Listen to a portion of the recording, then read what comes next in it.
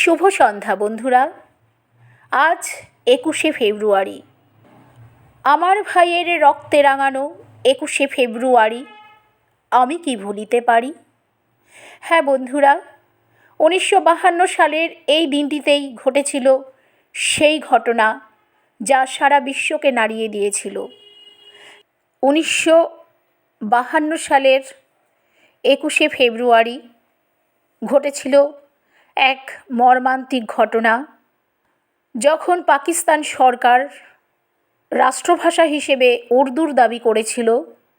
তখন বাংলাদেশের নব্য যুবা তরুণ দল, যারা ঢাকা বিশ্ববিদ্যালয়ে পঠনরত ছিলেন, তারা একটি সাংগঠনিক দল গঠন করে বাংলা ভাষাকে রাষ্ট্রভাষা মর্যাদার দাবিতে সোচ্চার হয়েছিলেন এবং পথে নেমেছিলেন। ঢাকা বিশ্ববিদ্যালয়ের পঠনরত সেই সমস্ত প্রতিভাবান ছাত্ররা যখন মিছিল করে ঢাকা মেডিকেল কলেজের সামনে দিয়ে অগ্রসর হচ্ছিলেন, ঠিক সেই সময়ে পুলিশের গুলিতে ঝাঁঝরা করে দেওয়া হয়েছিল সেই সমস্ত প্রতিভাবান ছাত্রদের, যারা কারুর পুত্র ছিলেন, কারুর ভাই ছিলেন, কারুর স্বামী ছিলেন, এবং তার সাথে আরও অগণিত মানুষ জমায়েত হয়েছিল। প্রায় 40 জন মানুষকে পুলিশের গুলিতে ঝাঁঝরা করে দেওয়া হয়। শহীদ হন বাংলাদেশের সেই সমস্ত ঢাকা বিশ্ববিদ্যালয়ের পঠনরত নব্য তরুণ যুবা ছাত্রদল, তার সাথে আরও অসংখ্য অগণিত মানুষ। আজ সেই ইতিহাস শোনাবো আপনাদের। বাংলা ভাষা আন্দোলনের ইতিহাস। 1952 সালের 21শে ফেব্রুয়ারি, 8ই ফাল্গুন 1358, রাষ্ট্রভাষা বাংলার দাবিতে ঢাকা বিশ্ববিদ্যালয়ের ছাত্ররা 144 ধারা ভেঙে মিছিলে নামলে পুলিশের গুলিতে আবুল বরকত, আব্দুল জব্বার, আব্দুস সালাম সহ অনেকে শহীদ হন, প্রায় 40 জন। এই রক্তক্ষয়ী আন্দোলনের মাধ্যমে বাঙালি জাতির সাংস্কৃতিক ও রাজনৈতিক স্বাধিকারের সূচনা হয়, যা পরবর্তীতে 1956 সালে বাংলাকে পাকিস্তানের রাষ্ট্রভাষার স্বীকৃতি এবং 1971 সালে বাংলাদেশের স্বাধীনতার পথ প্রশস্ত করে।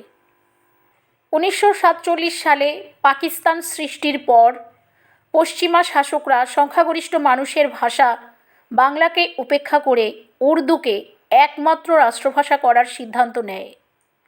এর প্রতিবাদে 1947 সালের 1 সেপ্টেম্বর প্রথম সাংস্কৃতিক সংগঠন তমদ্দুন মজলিস গঠিত হয়। 1947 সালের ডিসেম্বরে প্রথম রাষ্ট্রভাষা সংগ্রাম পরিষদ গঠিত হয়।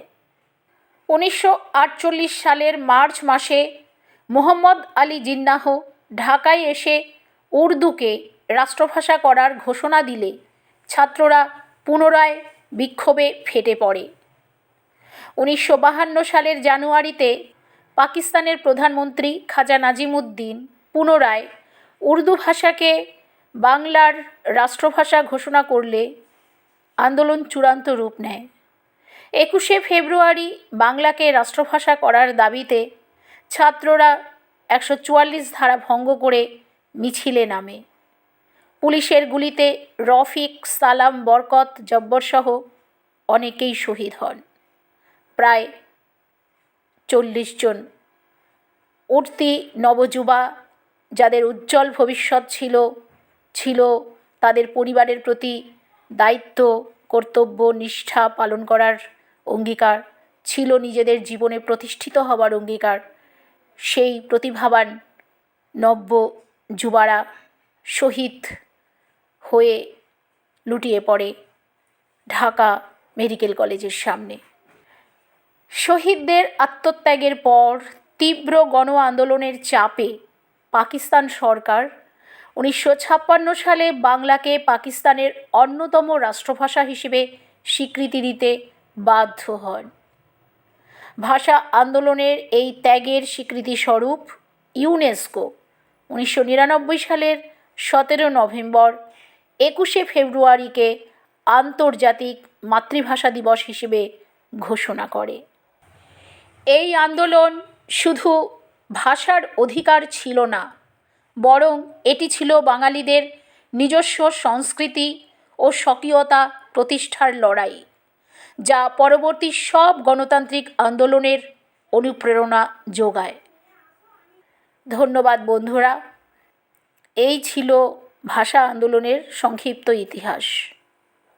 ভালো থাকবেন সবাই।